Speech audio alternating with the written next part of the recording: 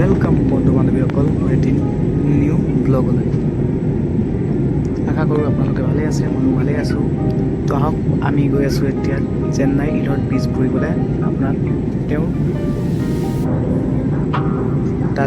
তাৰে অলপ দৃশ্য দেখাওঁ আপোনালোকে চব ভাল লাগিলে লাইক কমেণ্ট শ্বেয়াৰ এটা কৰি ঠিক আছে। এটা কথা কিন্তু ছাবস্ক্ৰাইব কৰিব নাপাহৰিব হা। আহক ব্লগটো আমি ষ্টাৰ্ট কৰোঁ।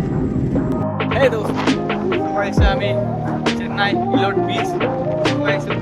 মাৰিন বীচ নগ'লো, আগে পিছে গৈ থকা যে মোৰ মাতটো আপোনালোকে ভালকৈ শুনি নাপাব পাৰে, কিন্তু ঠাই বনাইছে আৰু